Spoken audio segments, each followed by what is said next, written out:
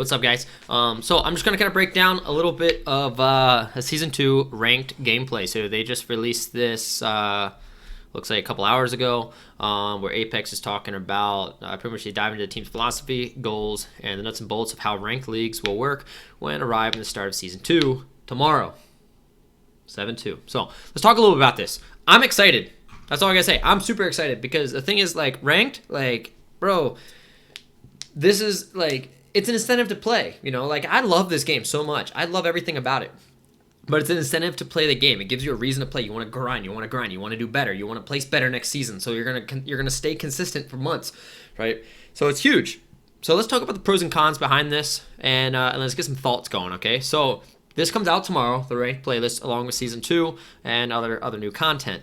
So as it pretty much goes down, pretty much their goals for the ranked leagues is they want to reward competitive players for the time they invest in Apex, ensure competitive integrity throughout skill-based matchmaking, create a space at the top of the ladder for best players to establish a high skill meta without forcing a play style, create a true measure of skill in Apex Legends. So pretty much, kind of give you a little quick breakdown.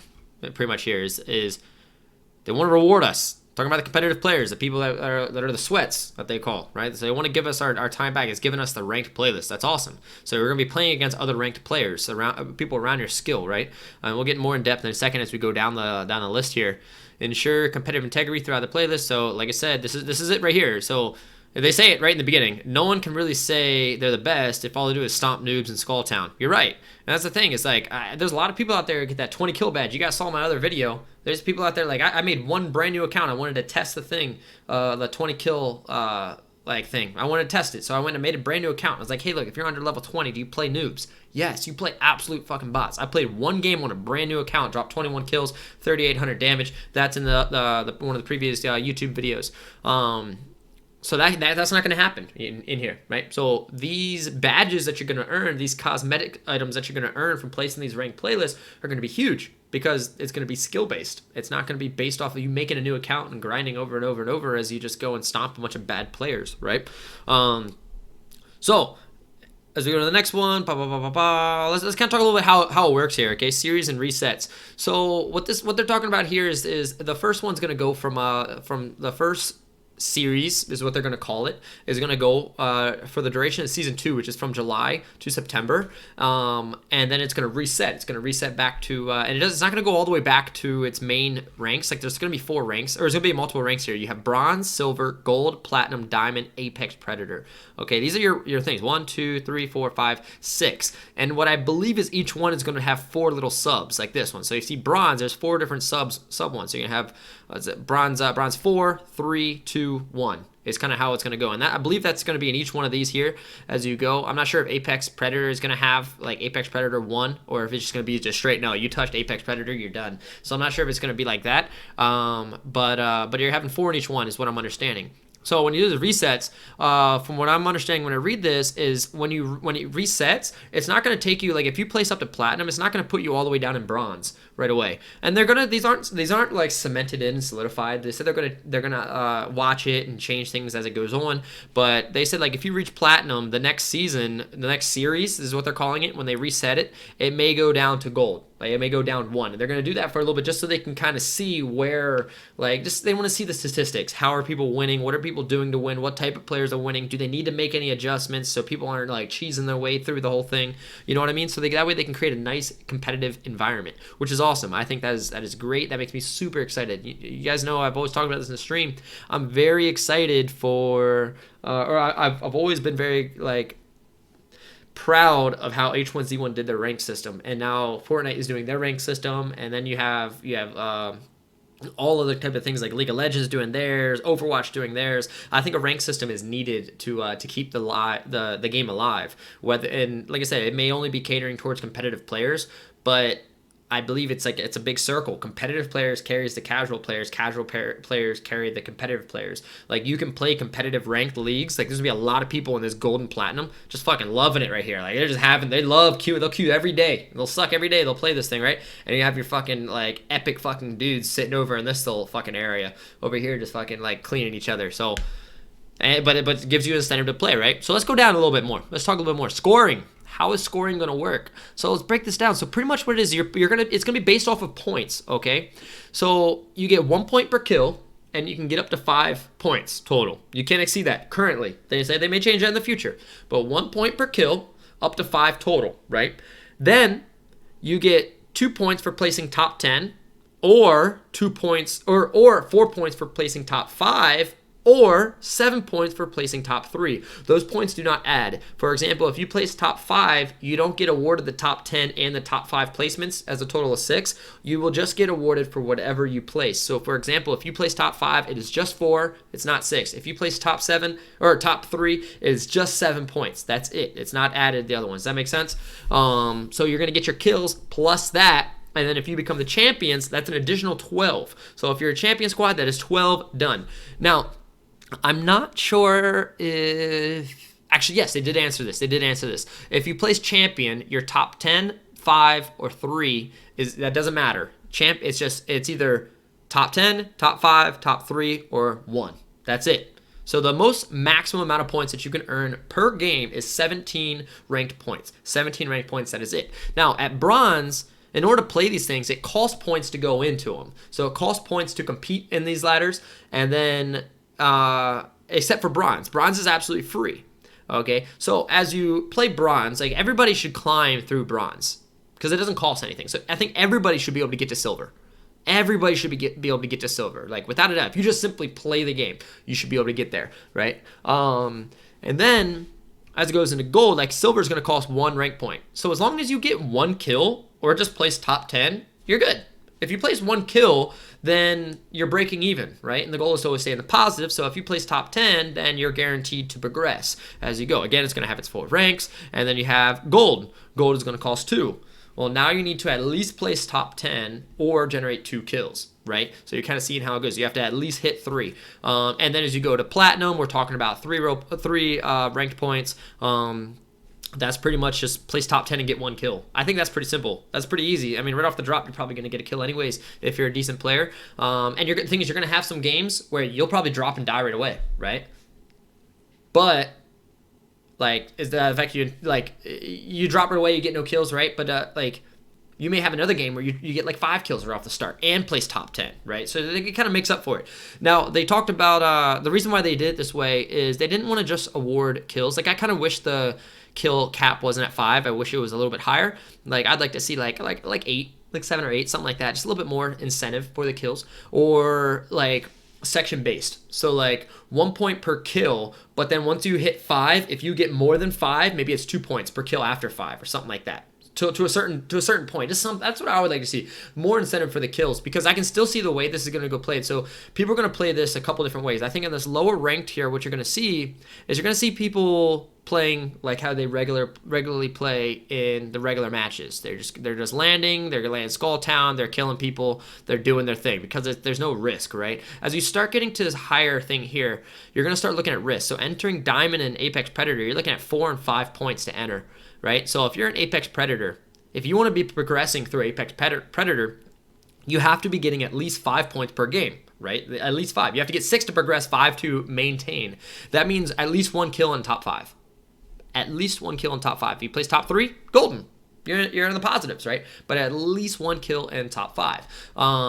So how do you go about doing this whole thing? So I think at this one, I think people are going to be playing this kind of like how they play Elite. They're going to be landing a little further away from each other. They're going to be looting first, and they're going to be getting their kills towards end game rather than early game. Sure, some people may get some early game, but it's going to be more towards end game because of the risk for the reward.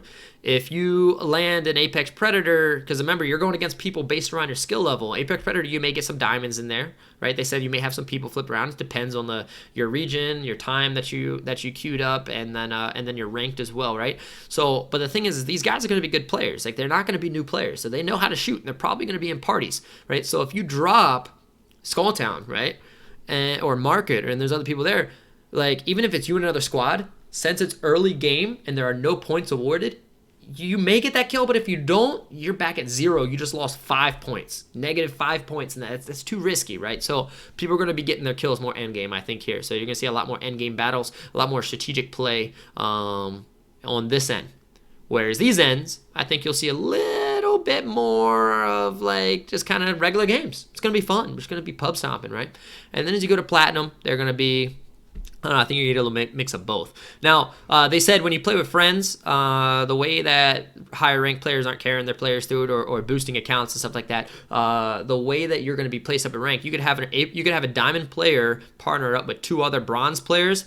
You will be placed in the diamond bracket. It's not doing an average. It's not bringing you down low. It's not giving you these guys. You will be placed in the diamond bracket, so these bronze players need to carry their weight. Okay, so that's going to be something to take into account when you're trying to find teammates to play or you're playing with friends, is if you have your IRL friends who aren't as good and you're trying to climb the ladder ranks, it may not be a good idea to be playing with them too often. So my thoughts, make a second account for them if you really want to play with them and you don't want to drop rank. All right, so that way you're not ruining friendships. Okay, so as you go down a little bit more, playing with friends, they talk about that ladder movement. So pretty much this one is good. So this one they talked about. So as you see how each ranked here is going to have four categories, right? 4, 3, 2, 1.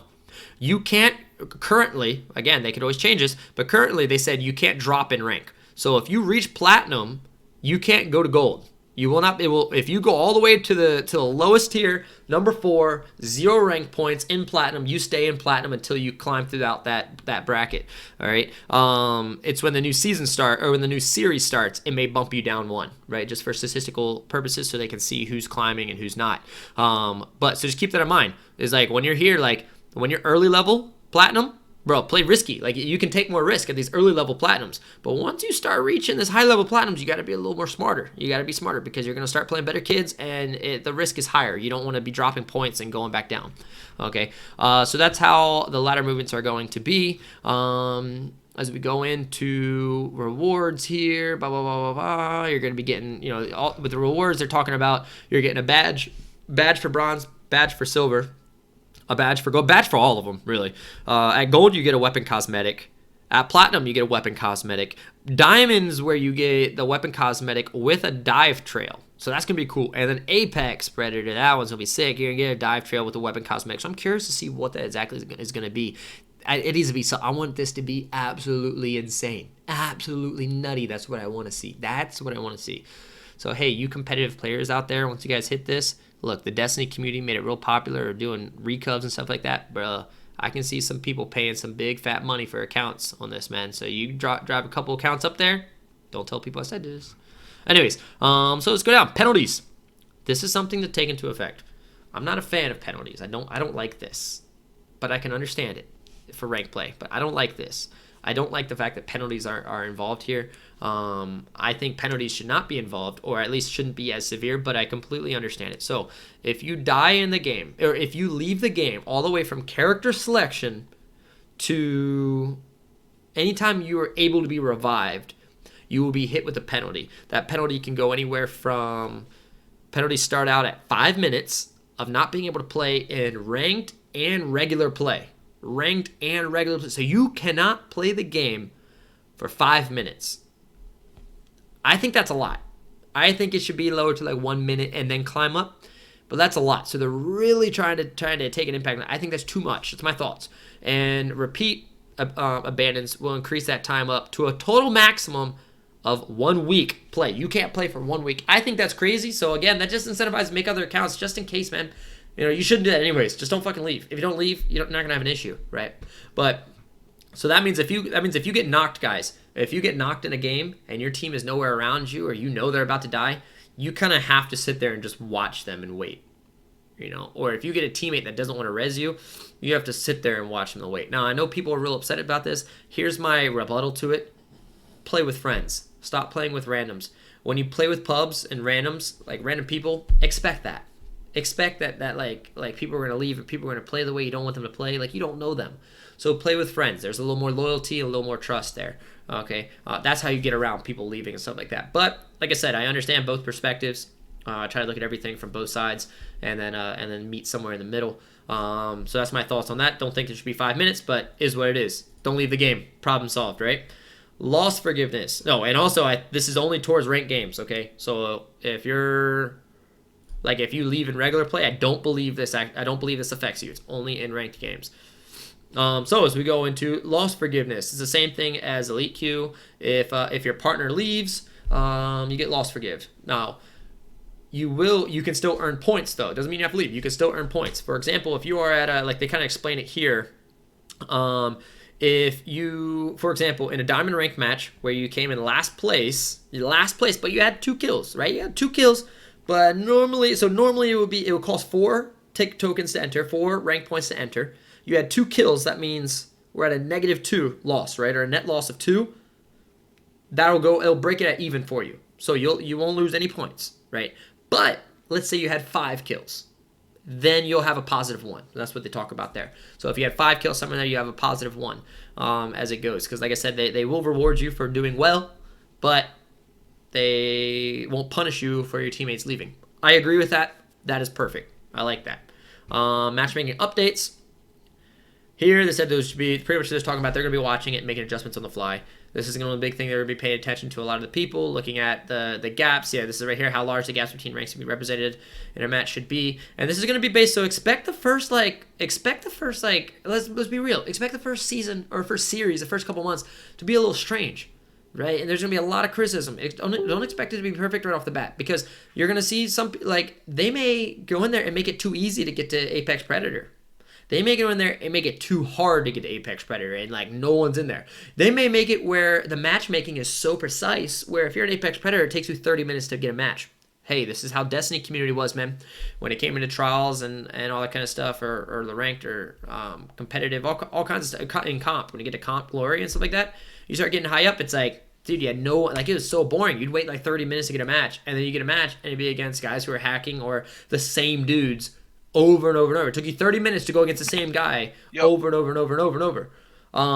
So you don't want that to be a thing. So hopefully that won't be an issue, but expect it. Just expect it. Don't get your hopes up. I'm a big person that is like, look, man, expect the best, but also assume the worst, so that way you don't get your hopes up. So that's pretty much it. That's going to be the ranked. I'm super pumped for this. I'm very excited. I think this is a very good thing for the community, and I'd like to see how it goes. Pretty much, this is going to grow Apex. This is huge. This is going to grow Apex. This is going to keep the community growing. I look at it from Halo. It's what took Halo off. Halo went from Halo 1, which was popular because of its story play, right? Halo 2, popular, but that's where multiplayer started really getting its kick. Halo 3 was like the fucking kick of Halo. Halo 3, boom, skyrocketed because they added the MLG playlist. The MLG playlist, they took those custom games, they put them in there, and it grew. So those are my thoughts on the ranked playlist. I think it's great. I love the way that they ranked it up. Like I said, to kind of sum over it, I kind of wish that the kills would not be capped at 5 and maybe capped a little bit higher, or rewarded for more kills, more points if you reach a certain tier of kills. But I'm okay with that. I'm still okay where it's at. I don't think it's a bad thing. I don't think anything about that is looking bad. The only other thing is penalties. I think penalties are going to be... that's a little weird, but again, it's easily solved. Just don't leave the game. So that means if you're a streamer and you die early on, sorry, dude, you gotta wait. You gotta wait your time, and all that, which is in a way how rank should be. That's my thoughts, guys. Guys, comment down below. Let me know your thoughts. Let me know what you like and dislike about the ranked playlist. So, like I said, just go to addictshyper.com and follow the stream. Check us out on Twitch. We're going to be streaming this stuff. We're going to be getting a squad together. We're going to be running ranked. We're going to be at the Apex Predator very quick. See you guys. Won't let these troubles distract from the bloom. Nothing is sharp enough to cut me from these rooms.